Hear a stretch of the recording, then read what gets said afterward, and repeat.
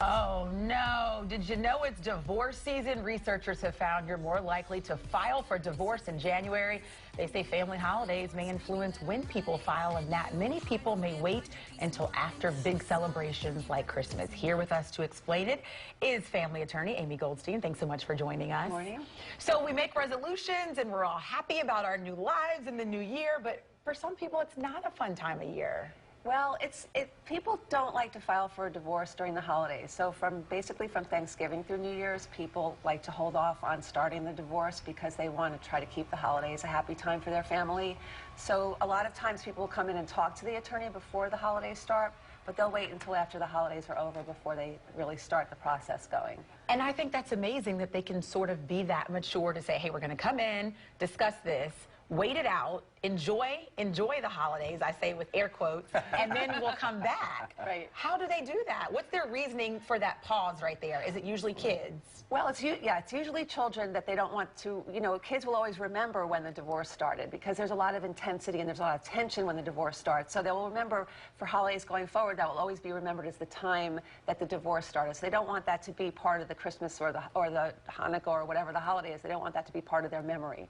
And the other reason is that the adults are also very busy and they're also very, stressed out during the holidays doing all the things that they do during that season. So when you start a divorce, there's a lot of, work involved, and you're seeing the attorney and you're doing paperwork. So you don't want to add more stress and more work on yourself either during that season. So it's easier once the kids go back to school. It's easier to start the process at that point. So it's also a little self-interest, not just the kids. Now, when you say spike, what type of numbers are we talking about? It does get very busy after Really? January, yes. It tends to slow down a little bit in terms of new cases in that time period, and then people start really coming in January and really starting. It doesn't mean you're filing right away. You don't always file right away, but it means that you're starting the process in one way or another at that time. So you can see drastic differences in January with whether it's your phone ringing more or more emails flooding your inbox of people starting the process. For new clients starting the process, yes. We have, in that time period, we have a lot of older cases that are finishing up. The courts like to finish up the older cases in that time period, so we're not any less busy.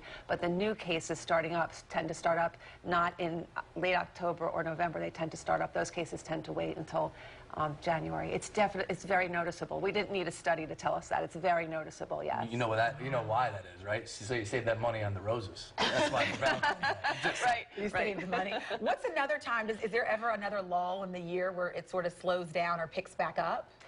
Right before school, when people are very busy getting the kids ready for school at the end of the summer, when people are back from vacations and they're just kind of trying to reset themselves for the school year, then it gets a little bit slower down at that time also. It's good. While you're here, let me ask you, how do you ease into a prenup conversation? Oh, I kid. No, but really. Come see me. I'll give you my card. He's getting married. What's the countdown? I believe 48 days, 47 days, and I am joking. Wait, is that a discussion that comes up? Actually, it doesn't have to be something you're joking about. It doesn't, prenups are each very... their own. Right, exactly. And depending on the circumstances. Right. It's usually people who have been married before, maybe they have children from a prior marriage, and they want to make sure that what assets they have are going to go to their children of their prior marriage, as opposed to in the new, a lot of older people are getting remarried. It's pretty common. And I think that's totally respectful. Right. I do. Yeah. But for somebody like myself, 35 and 30, right.